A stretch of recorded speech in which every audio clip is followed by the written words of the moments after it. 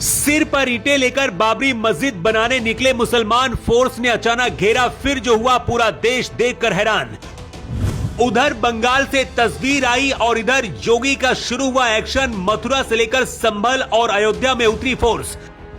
कौन है हुमायूं कबीर जो बाबर के नाम से बना रहा मस्जिद? ममता बनर्जी फंसी मुर्शिदाबाद में, शाह का एक्शन।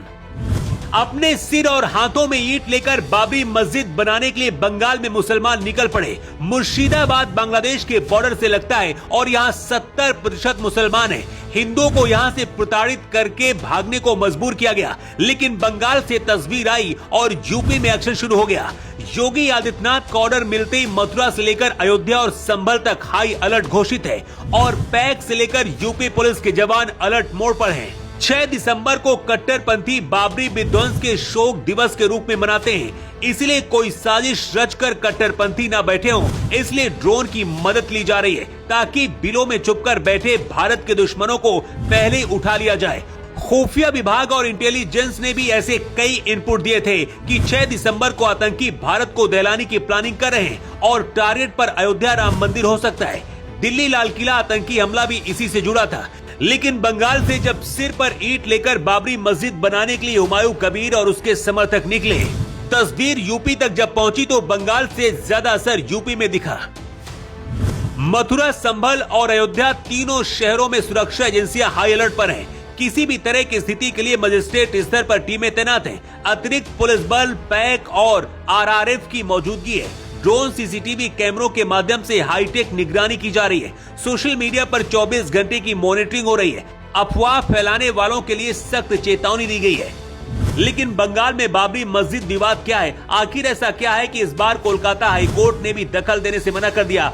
हिंदू संगठन भी क्यों बाबरी मस्जिद बनाए जाने का विरोध कर रहे हैं, इसकी वजह भी जान लीजिए। 28 नवंबर को मुर्शिदाबाद के बेलडांग में कई जगहों पर बाबरी मस्जिद के शिलान्यास के पोस्टर लगे थे, जिसमें लिखा था कि 6 दिसंबर को बेलडांग में बाबरी मस्जिद का शिलान्यास समारोह होगा।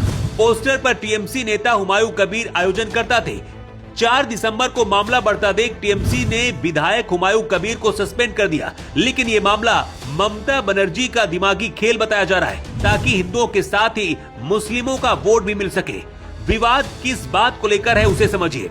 6 दिसंबर को बाबरी मस्जिद का ढांचा तोड़ा गया, इसलिए ये तारीख सेंसिटिव है। विवाद बंगाल में मस्जिद बनाने का नहीं, बल्कि विवाद इस बात का है कि आखिर भारत के अंदर अत्याचार करने वाला बाबर, जिसने भारत को लूटा बर्बाद किया, आखिर उसके नाम पर ही पवित्र मस्जिद का नाम क्यों रखा जा रहा है? अत्याचारी बाबर के नाम पर बाबरी मस्जिद बनाने वाले ये उसी कट्टरपंथी सोच वाले लोग हैं जो भारत में पाकिस्तान के नारे लगाते हैं। मस्जिद ऐसी जगह होती है जहां दुआ होती है, इसलिए अपने धर्म को दिल से मानने वाले मुस्लिम भी ये कभी नहीं चाहेंगे कि बाबर के नाम से भारत में मस्जिद बने। बंगाल में हिंदू संगठन सड़कों पर उतरकर इसका विरोध कर रहे हैं। बीजेपी भी इसका विरोध कर रही है, लेकिन हुमायूं कबीर और उसके समर्थक बाबरी मस्जिद का शिलान्यास करने के लिए देखिए कैसे ईंटें लेकर जा रहे हैं और इस मस्जिद का यहाँ पर शिलान्यास भी कर दिया गया है। ममता बनर्जी अब भयंकर तरीके से फंस गई है। अगर इन लोगों को रोकती है तो मुस्लिम वोट बैंक कटने का डर है, और अगर नहीं रोकती तो सांप्रदायिक माहौल भी बिगड़ सकता है। सीएम होने की वजह से जिम्मेदारी भी ममता बनर्जी की होगी। लेकिन योगी आदित्यनाथ कोई भी रिस्क नहीं लेना चाहते और पहले यूपी पुलिस पूरी तरीके से अलर्ट है।